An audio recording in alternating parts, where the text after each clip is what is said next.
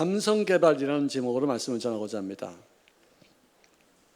사람은 세 종류의 성향을 갖고 있습니다. 제일 처음 성향은 뭐냐? 육성입니다. 육성, 짐승적인, 동물적인 어떤 성향이죠. 생존을 위한 가장 본능적인 어떤 성향을 바로 우리가 육성이라고 말하는데요. 위험을 감지하고 또 종족 보존을 위해서 짝을 찾고 또 적을 무찌르고. 근데 이 육성은요, 우리들의 삶에 굉장히 필요한 어떤 기본적인 성향인데도 불구하고 너무나도 자기 중심적이에요. 자기 유익만을 추구해요. 남을 배려하지 못하는 그런 마음가짐이 육성이다, 이렇게 합니다. 당장 눈에 나타나는 유익만은 추구하지 멀리 볼 수 없어요. 어떤 계획을 할 수 없어요. 꿈을 가질 수 없습니다. 그 다음에 두 번째는 이성인데, 이건 혼적인 어떤 성향입니다. 이치에 부합한 이성적인 지식을 추구합니다. 예술적인 성향을 따라서 음악과 미술을, 그리고 정치적인 성향이 있습니다. 경제적인 성향이 있습니다. 사업을 위해서, 가정의 또 인간관계, 매사 성공적인 삶을 위한 안목을 우리가 이성이라고 말해주고 있습니다. 그런데 이 이성이 있는 사람들은요, 정확하고 분명하고 정직하고 합리적이지만 영적 세계에 대해서는 전혀 관여하지 못해요. 아무리 세상적으로 유명하고 인기가 있고 과학적으로 지식이 있고 노벨상을 받았다 할지라도 영성이 없어서 하나님에 대한 인식도, 미래에 대한 어떤 계획도 전혀 없어요. 천국이 뭐가 있느냐? 지옥도 없다. 내가 40년 동안 마음경을 보고서 천체를 관찰했어도 천국은 한 번도 본 적이 없다. 나보고 예수 믿으라고 헛된 소리 하지 말아라. 하나님이 어디 계시냐? 나는 아무것도 없는 데서 갑자기 태어나서 80년 정도 살고 그다음에 아무것도 없는 것으로 사라지는 것이 인생이지, 무슨 뭐 천국이 있고 무슨 뭐 지옥이 있냐? 웃기는 소리야. 하지 마라. 아무리 얘기해도 그 똑똑한 사람이, 그 지혜로운 사람이 반응이 없어요. 영적으로 전혀 없어요. 여러분을 예수 믿는 게 얼마나 존귀한 일인지 아십니까? 여러분들은 아무리 공부를 하지 않았다 할지라도, 좀 재산이 부족하다 할지라도, 여러 가지로 부족한 점이 많이 있다 할지라도 하나님에 대한 반응이 있다는 것은 영생을 얻은 증거인 줄로 믿습니다. 자, 니고데모라는 사람이 있었는데요. 예수님 시대 때 굉장히 유명한 학자였었어요. 공부도 많이 했었어요. 돈도 있고 명예도 있고 지위도 있고 권세도 있었어요. 그런데 그가 가만히 보니까 예수님이 하시는 말씀이나 그분이 하시는 행적이 사람이 할 수 있는 것은 아니다. 내가 하나님을 믿지 않지만, 내가 뭐 종교를 갖고 있을지 몰라도 저분을 아무리 보더라도 말씀하시는 것이 사람의 말이 아니다. 그리고 어떻게 죽은 사람을 살리지? 병든 자를 고칠 수가 있어? 사람의 힘으로 되는 것이 아닌데 하나님이 함께 하시는 것이 분명하다 싶어서, 자기의 위치가 있고 자기가 어떤 그 명예가 있고 신분이 있기 때문에 사람들에게 발견되는 것을 두려운 나머지 밤에 은밀하게 예수님을 어서 찾았습니다. 그래서 하신 말씀이, 하나님께서 함께하지 아니하시면은 당신께서 행하시는 이 모든 표적을 아무도 할 수가 없는 것이 분명합니다 라고 말했습니다. 그랬더니 주님께서 하신 말씀이, 진실로 진실로 내가 너에게 이르노니 사람이 거듭나지 아니하면 하나님의 나라를 볼 수가 없느니라. 굉장히 유명한 말씀이에요. 성경에 나오는 많은 유명한 말씀 중에 가장 으뜸 가는 말씀 중에 하나예요. 왜? 천국과 지옥을 가눌 수 있는 것이기 때문에. 하나님을 믿고 안 믿는 것이 엄청나게 큰 차이가 있기 때문에 굉장히 중요한 얘기인데요. 여기서 거듭난다는 말, 이 말씀을 영적으로 해석하지 않고 이 똑똑한 사람이 지식으로, 지혜로, 이치로, 자기 이성으로 해석해서, 아니 내가 지금 나이가 몇인데 다시 어떻게 어머니의 모태 속에 다시 들어갔다가 다시 태어날 수가 있겠습니까? 이런 정도밖에 생각을 하지 못하고 있었어요. 그랬을 때 예수님께서 하신 말씀이, 사람이 물과 성령으로 나지 아니하면 하나님의 나라에 들어갈 수가 없다. 그러니까 성령으로, 하나님의 나라에 들어가기 위해서는 물로 태어나야 되고 성령으로 태어나야 돼. 이 두 가지가 다 돼야 된다.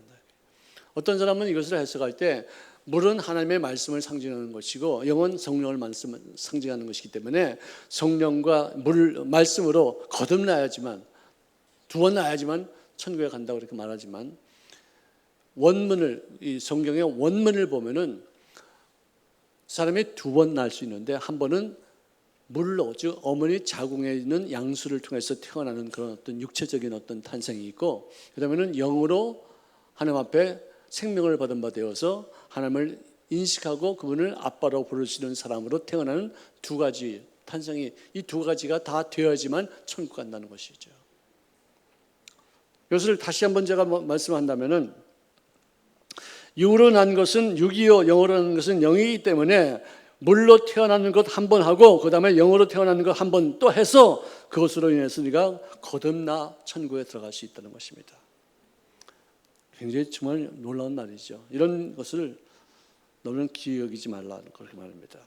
자, 그러면은 내가 물로 한 번 태어나서 육체적인 사람이 되었다가 이제는 다시 영으로 태어나서 이제는 영적인 사람이 되었다면은 육체적으로 삶을 살고 있을 때와 영으로 어떤 삶을 살고 있을 때 그 갭, 그 사이에 어떤 뭔가 달라진 점, 변화가 있을 거 아니에요. 그것을 정확하게 말하는 것이 에베소서 2장 3절에 기록되어 있는데요. 창세기에 보면 하나님이 이 선악을 알게 하는 나무 열매를 따먹는 날에는 너는 반드시 어떻게 해요? 반드시 죽으리라. 이 죽는다는 것은 땅에 묻혀서 없어진다는 뜻이 아니라 관계가 단절된다는 그런 뜻이에요. 관계가 단절. 즉 하나님과 나와 너 사이의 관계가 끊어져서 이제는 너는 영으로 살지 아니하고 네 이성으로 네 몸으로 살자. 그런 뜻이에요. 그래서 그걸 어떻게 표현되느냐? 전에는 우리도 예수 믿기 전에 예수님을 만나기 전에 천국 백성이 되기 전에 나는 어떤 사람이었느냐? 육체와 마음에 원하는 것을 하였다. 내 육체에서 배고픈 대로 또 졸려온 대로 피곤한 대로 또는 어떤 운동을 하면서 또는 사랑을 하면서 이런 어떤 육체로 내가 삶을 살았고 그 다음에 육체를 주관하는 이 생각, 이성, 마음으로 원하는 것을 행해서 다른 이들과 같이 본질상 진노의 자녀였다라고 말해주고 있어요. 영으로 살아야 될 존재가 영이 죽어서 이게 관계가 끊어지니까 그러니까 하나님과 더불어 교신할 수 있는 어떤 그런 레이더, 그런 어떤 통신기가 망가져가지고 여기는 교통이 안 되고 통신이 두절되고 자기 몸과 자기 이성으로 통신을 해서 자기 몸이 살게 되었다는 것이죠. 하나님과 관계가 끊어졌기 때문에. 그래서 본질상 진노이자 하나님 앞에 심판받을 수밖에 없는, 버림받을 수밖에 없는 그런 자녀였는데 성령으로 말미암아 깨우쳐 주시고 하나님과 교제할 수 있는 사람으로 바뀌어져서 이제는 바뀌는 인생이다 이거죠. 아무리 종교적인 생활을 오랫동안 하고 아무리 교회를 많이 다녔다 할지라도 하나님과의 만남, 개인적인 어떤 그런 관계 설정이 이루어지지 않은 상태에서 교회만 다니고 종교적인 행위만 했다면 그것은 정말로 위선적인 위험에 노출되고 있다는 그런 사실이라는 거죠. 그래서 저는 예수 믿는 것조차도 내 마음대로 내 힘으로 되지 않는다고 생각해요. 교회 다니는 것도 내 마음대로 되지 않습니다. 하나님의 약속을 믿는 것도 내가 마음대로 안 믿어져요. 내 마음대로 안 돼요. 헌금하는 것도 그냥 회비 정도 내는 것으로 되지 정말로 하나님이 나에게 이 많은 것을 주시고 그중에서 일부를 띄어서 주님 앞에 감사함을 표현하는 것이라고 간절한 마음으로 하는 것도 내 마음대로 되지 않아요. 예수 믿기 전에 난 교회 갔었어요. 헌금하려면은 꼬이꼬이 돼가지고 잠자리 그 주머니에다가 툭 넣고 아무런 감동도 없이 내려니까 에이 끝까지 10원짜리 100원짜리 이런 거 감동이. 지금은 1,000원을 하나 내더라도 10,000원 하나 내더라도 정말로 진심 어린 마음으로 달라졌죠. 외식하는 서기관과 바리새인들이여, 회칠한 무덤 같으니 겉으로는 아름답게 보이나 그 안에는 죽은 사람의 뼈와 모든 더러운 것들이 가득하더라. 겉으로는 깨끗합니다. 종교인입니다. 직분 맡았습니다.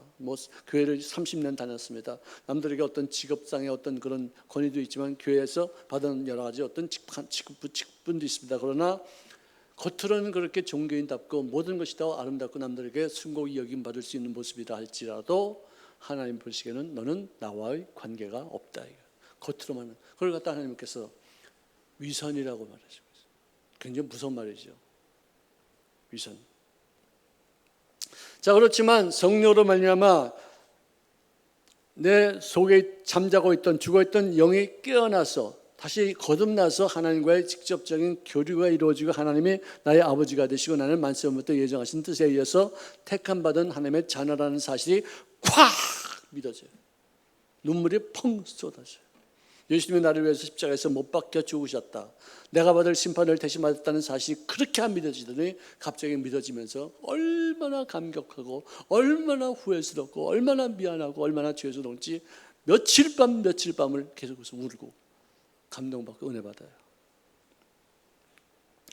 이 성령을 통해서 영의 세계를 접하면서부터 진정한 의미에서 기도가 시작이 되어지고 주님과의 관계가 이루어지고 난 다음 찬송할 때마다 하나님의 은혜가 넘치게 되어질 것이며 하나님의 말씀이 그렇게 모르겠던 말씀이 이해가 되어지고 그 속에 내가 있고 하나님의 은혜가 나타난 바 되어서 나를 볼 수 있는 거울이 되어서 하나씩 고쳐나가는데 내가 이런 죄를 졌구나, 이거 잘못된 것이었구나, 이거는 하나님 보시기에 합당한 것이 아니구나. 그래서 점점점 하나님과의 교류를 통해서 크리스찬이 되어가는 과정이 되더라고요.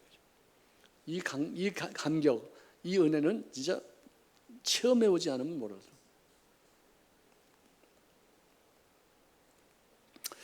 여러분들, 우리가 인생 살면서 염려 근심 없는 사람 있으면 손 들어보세요.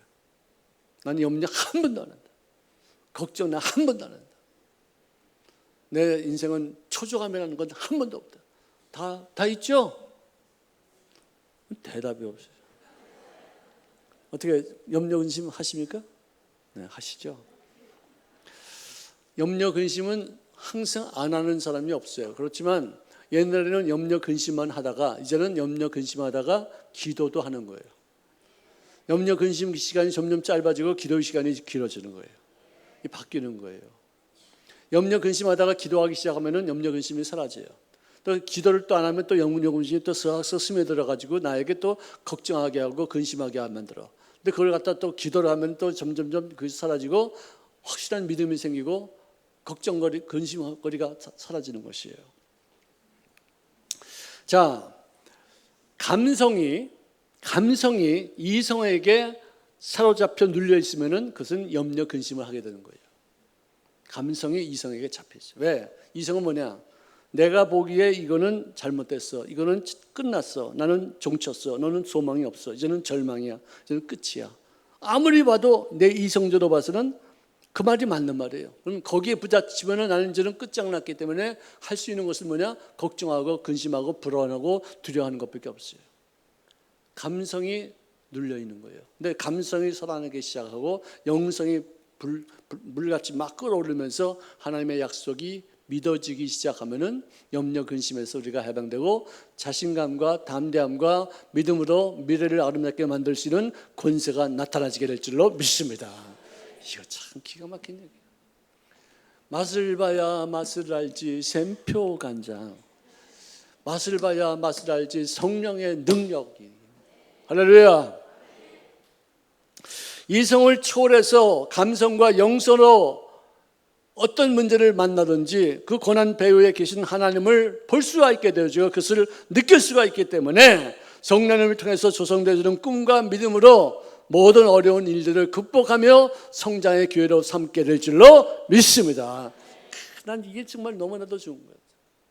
옛날에는 염려 근심하다가 그것이 이루어지고 나서 이거 봐 내가 이럴 줄 알았어 하고서는 절망하고 괴로워하고 팔자탄하고 누구 탓했었어요.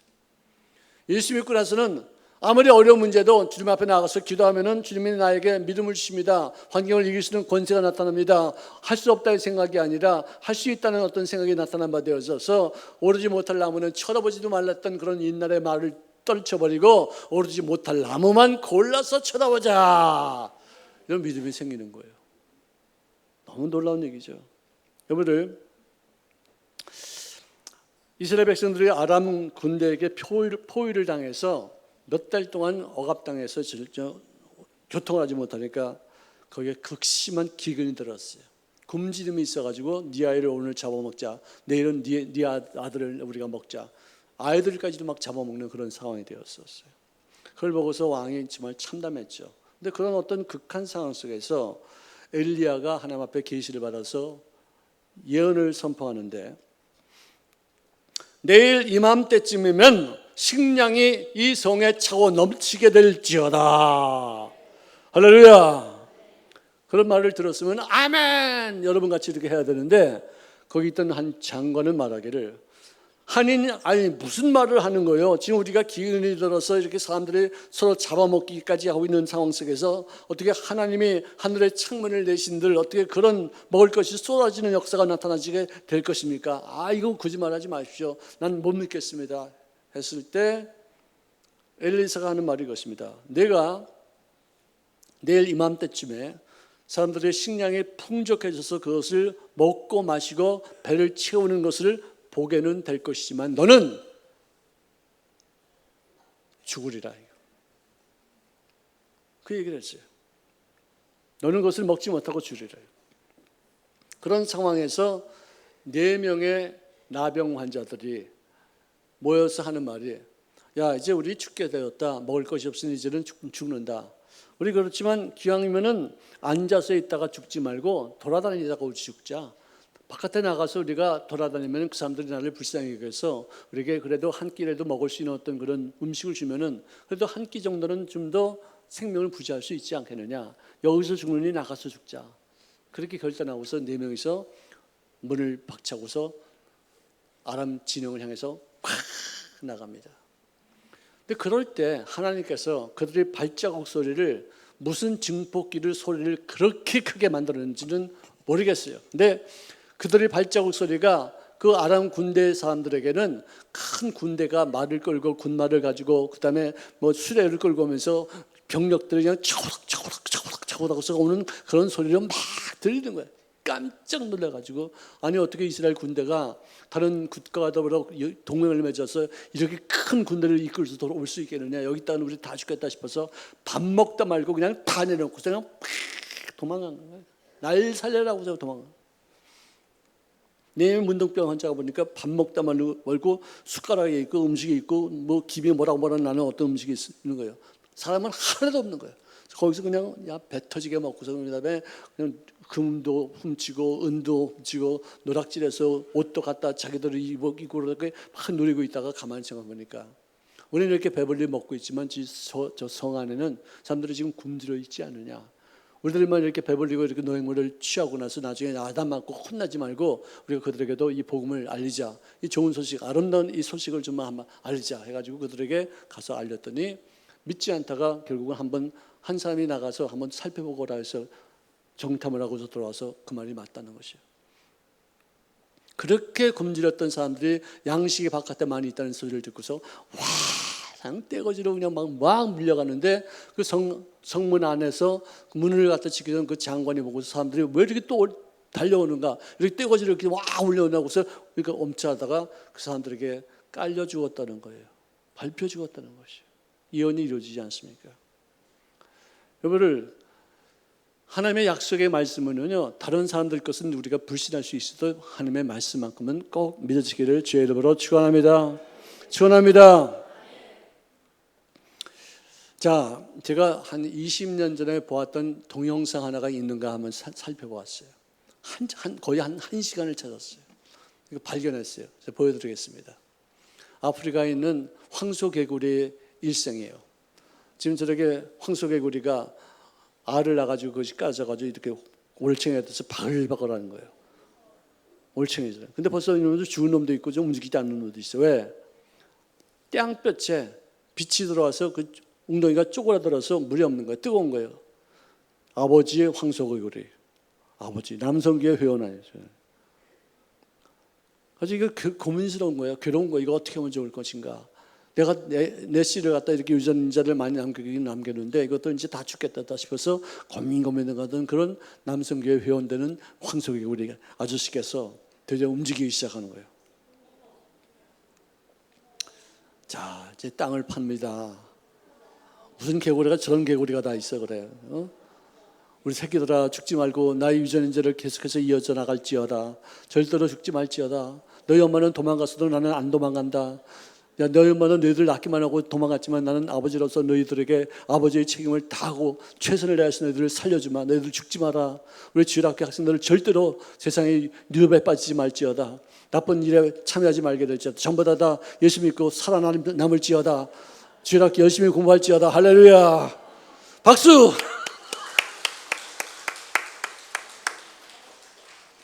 난 저거 보고서 정말 감동받았어요.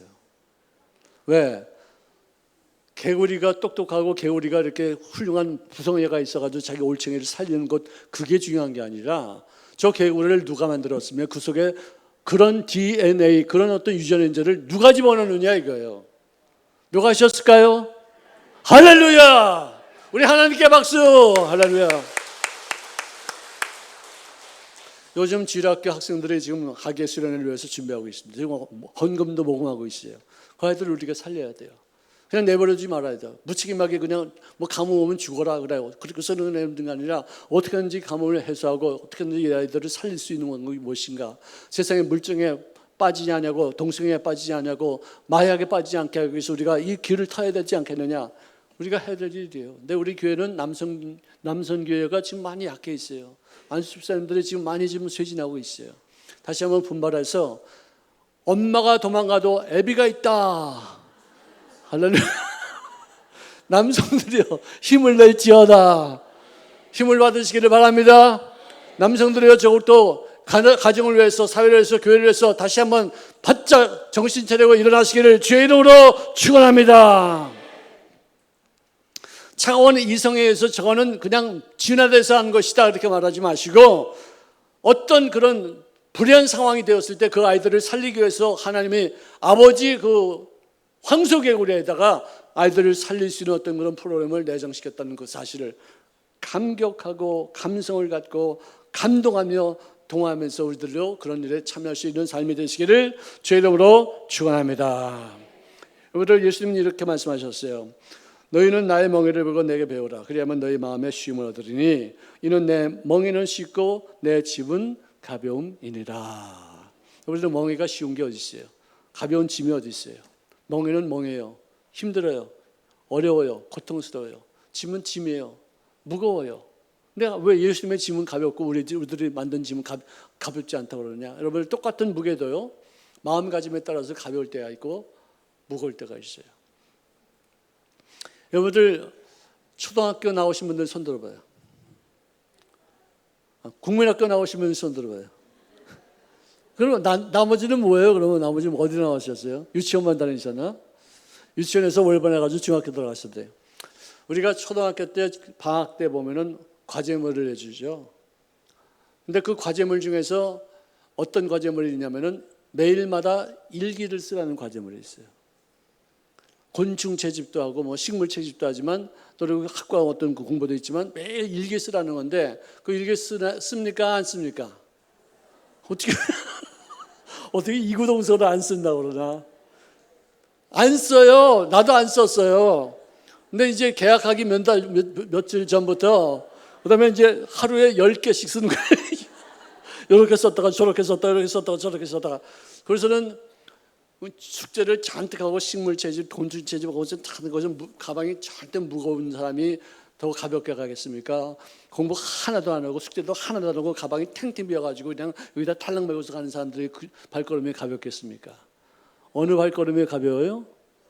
무거운 가방을 갈고 가는 사람이 가볍죠?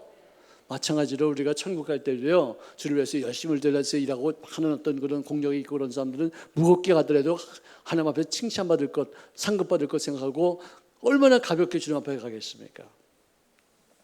교회도 안 나오고 그냥 죽기 전에 눈 깜빡깜빡 해가지고 결로 예수님을 영접하고서 천국 간 사람은 가볍게 가더라도 뭐 내세울 게 뭐 있어요? 하나님 앞에 일한 게 뭐 있겠어요? 무거워요. 구원받은 걸 감사하지만 그렇게 기쁘지 않을 것 같아요, 내 생각에는. 여러분들, 기왕이면 우리가 무거운 짐을 지고 수고하고 애를 썼다 하더라도 하나님 앞에서 잘했다 칭찬받는 여성이 되시기를 주의 이름으로 축원합니다. 축원합니다. 오늘 이 본문 말씀에 아이들이 장태에 앉아서 서로 불러 이르되 우리가 너희를 위해서 피를 불어도 너희가 춤을 왜 안 추느냐? 우리가 애곡하고 통곡하여도 왜 우는 척도 하지 않느냐? 세례요한이 와서 떡도 먹지 아니하고 포도주 마시지 않으니까 너희들은 그가 귀신 들렸다고 하더니 내가 와서 먹고 마시니까 너는 또 먹기를 탐하는 자고 포도주를 즐기는 자이고 죄인과 이 세례들의 친구라고 말하니 어디다가 장단에 맞히냐. 이렇게 공감력이 없느냐. 이렇게 비난만 하고 있느냐. 잘못된 거 지적만 하고 우리들이 하는 것에 대해서 같이 아파하고 같이 슬퍼하고 같이 즐거워할 줄 아는 어떤 그런 건강력이 없다는 것이, 이게 감성이 발달되지 않았다는 얘기예요. 우리 순복음교회, 순복음도봉교회는요, 누가 재미있는 얘기하면 웃고요, 또 감동스러운 얘기하면 많이 눈물 흘리고요. 정말 이 감성이 굉장히 아주 발달한 그런 어떤 우리 교인들이라고 저는 생각해요. 지난번에도 그 창조론에 대해서 강의를 할 때 정말 다들 감격 도가니예요. 우리가 그냥 버려진 존재가 아니구나. 우연히 원수로부터 진화된 존재가 아니라 하나님의 형상과 모양대로 지음받은 영성이 있는 오직 유일한 존재인 것을 거기에 감격하는 어떤 그런 걸 보면서 내가 참 은혜를 많이 받았습니다. 다른 교회 목사님들도 우리 교회 오셔서 말씀을 전하면은 오히려 은혜 받고 간대. 왜? 감성이 너무나도 여리고 풍부하고 표현을 잘해가지고 오히려 내가 설교하는 것이 이렇게까지 감동을 받게 하는 것인가, 아주 그래서 아주 은혜를 많이 받고 간다는 얘기를 하고 있습니다. 여러분들 항상 남이 슬퍼할 때 같이 울어주고 남이 기뻐할 때 같이 기뻐할 줄 아는 그런 공감 능력이 넘치시기를 주의 이름으로 축원합니다. 이런 사람들이 하나님의 영성을 받아들이면서 성령의 감동도 잘 받고 성령님의 인도하심에 쉽게 반응해서 잘 움직이는 역사를 이룰 수 있도록 하나님께서 복을 주실 줄로 믿습니다. 자, 모든 것을 우리가 감사로 받아들이면은 많은 문제 속에서도 우리가 평안함을 누릴 수 있으며, 그 감사와 하나님 앞에 드리는 기쁨이 우리의 인생을 아름답게 예언적인 어떤 모습으로 내일을 풍요롭게 만들어 주실 줄로 믿습니다. 그래서 성경은 말씀하기를 아무것도 염려하지 말라. 염려는 뭐 어디서 나온다고요? 이성이 살아있어서 나오는 거예요. 내가 생각하기에 이거는 끝장났어, 이거는 큰일 났어, 나는 이제는 끝장이야, 나는 이제는 더 이상 소망이 없어. 이것 때문에 어떤 사람은 자기 이성으로 인해서 자살합니다. 우울증 환자가 됩니다. 정신병에 걸립니다. 이성을 마비시켜야 돼요. 아무리 어려워도 합력하여 선을 이루게 될 줄로 믿습니다. 현재의 고난은 장차 있을 영광에 좋게 비교할 수가 없게 될 줄로 믿습니다. 할렐루야. 이 어려움을 통해서 나는 주님 앞에 나아가 주님의 도우심을 간구하고 주님과 더불어 깊은 교제를 하다 보니까 나의 영성이 살아남아 되어서 3차원의 세계를 다스릴 수 있는 영성을 회복하며 영성을 통해서 문제를 극복하고 문제가 기적으로 바뀌어지게 될 줄로 믿습니다. 이게 우리들의 영성이 되어야 돼요. 우리들의 감성이 되어야 돼요. 눈에 보이는 문제 때문에 낙심하지 말고, 이 문제 때문에 어렵고 내 인간의 힘으로 할 수 없기 때문에 하나님의 전능하심을 믿고 그분의 자비하심을 의지한 채 찾아나가서 주님과 더불어 교제하면은 나의 영성을 개발해서 주님과 더불어 교통하게 되고 주님과 더불어 교통함으로 말미암아 4천의 영성이 3천을 다스리는 기적을 체험하게 될 줄로 믿습니다. 한 번 더 할까요? 절대로 이건 놓치지 말아야 돼요. 문제 때문에 나는 성장해요. 성경에 나오는 택한 백성들 향하신 주님이 주시는 그 문제가, 어려움이, 그 문제 때문에 망한 경우가 하나도 없었어요. 그 문제 때문에 더욱 성장하게 되고, 문제 때문에 하나님을 만나게 되고, 문제를 통해서 기적을 체험하게 되고, 문제를 통해서 하나님이 얼마나 나를 사랑하시는 것을 맛보게 되고죠. 할렐루야. 문제 때문에 성장하게 될 줄로 믿습니다. 자, 오직 모든 일에 기도와 간구로 너희 구할 것을 감사함으로 하나님께 아뢰라. 그리하면 모든 지각에 뛰어나신, 모든 이성을 초월하는, 너희 상식을 깨넘는, 너희 모든 경험을 초월하는 하나님의 평강이 그리스도 예수 안에서 너희들의 마음과 너희들의 생각을 지키실 것이니라. 할렐루야. 감성을 개발하고 영성을 개발하면은요, 문제가 문제로 보이지 않고 문제가 밥으로 보여요. 문제 때문에 성장해요. 그걸 먹고서 더욱더 우리는 지혜를 얻게 되어지고 주님의 능력을 맛보게 되어지게 될 줄로 믿습니다.